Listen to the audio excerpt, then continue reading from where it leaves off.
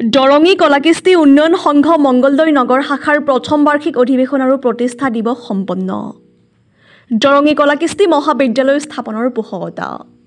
আজি মংগলদৈস্থিত দৰঙী কলাকৃষ্টি উন্নয়ন সংঘৰ স্থায়ী ভৱন প্ৰাংগণত দিনজোৰা কাৰ্যসূচীৰে সম্পন্ন হয় উক্ত অনুষ্ঠানৰ। সংঘৰ মংগলদৈ শাখাৰ স্থায়ী সভাপতি ৰাজীৱ কুমাৰ ডেকাৰ সভাপতিত্বত অনুষ্ঠিত সভাখনত বিশিষ্ট সাংবাদিক সংঘৰ কাৰ্যকৰী সভাপতি শংকৰ কাকতিয়ে আদৰণি ভাষণ পাঠ কৰে। ভাষণ প্ৰসংগত তেওঁ 1976 চনত প্ৰতিষ্ঠা লাভ কৰা দৰঙী কলাকৃষ্টিৰ প্ৰতিষ্ঠাপক সভাপতি অতুল চন্দ্ৰ বৰুৱা, সংগীতজ্ঞ 1977 চনৰ সাংস্কৃতিক বিভাগৰ সঞ্চালক ৰুদ্ৰ বৰুৱাৰ অৱদানৰ কথা শ্ৰদ্ধাৰে সোঁৱৰে।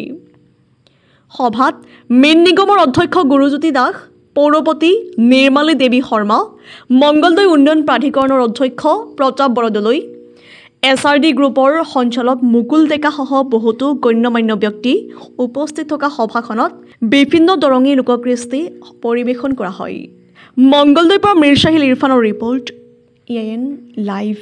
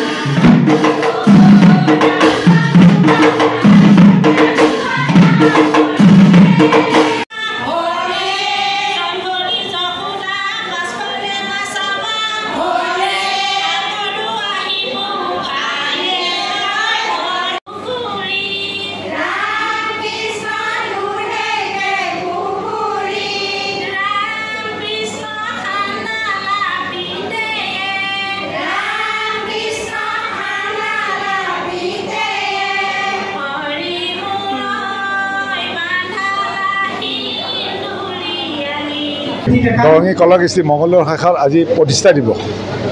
আমাৰ প্ৰায় এবছৰ হ'ল আমি দৰঙী কলাকৃষ্টিৰ কিবা চিন্তাধাৰা কৰি আজি এই প্ৰতিষ্ঠা দিৱসটো আমি আয়োজন কৰিছোঁ। আমাৰ দৰঙী কলাকৃষ্টিৰ কেইবাটাও কলাকৃষ্টি আমি প্ৰদৰ্শন কৰিছোঁ। থেপা ঢুলীয়া, দেওধনী নৃত্য, চেৰা ঢেক, চিয়া গীত, ওজাপালি, এনেকৈ আমি আজি আৰম্ভ কৰিলোঁ। খুব ধুনীয়া প্ৰগ্ৰাম হৈ গৈ আছে, এতিয়াও আমাৰ চলি আছে, আপোনালোকে দেখিব পাৰিছে। তো আমি দৰঙী ৰাইজক অনুৰোধ কৰিছোঁ আমাৰ ফালৰ পৰা, আমি মংগলদৈ শাখাই যাতে এই অনুষ্ঠানটো আমি আৰু আগুৱাই নিব পাৰোঁ। অকল দৰঙতে নহয়, অসম তথা ভাৰতবৰ্ষত যাতে এওঁলোকক দৰঙী কলাকৃষ্টিৰ শিল্পীসকলক লৈ গৈ আমি প্ৰদৰ্শন আমি দেখুৱাব পাৰোঁ।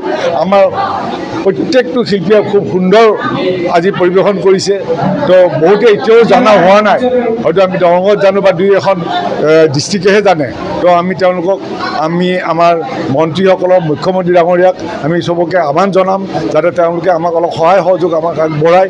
আৰু ইয়াতে এখন আমি পাৰিলে দৰঙী কলাকৃষ্টিৰ ওপৰত যাতে শিক্ষা মানে এখন মহাবিদ্যালয় যদি আমি আৰম্ভ কৰিব পাৰোঁ, সেইটো আমি অলপ চেষ্টা কৰিম বুলি আমি ভাবিছোঁ, যদি আমাক চৰকাৰখনে সহায় কৰে। দৰঙী কলাকৃষ্টিৰ 5জন লোকশিল্পীক আমি সম্বৰ্ধনাও জনালোঁ।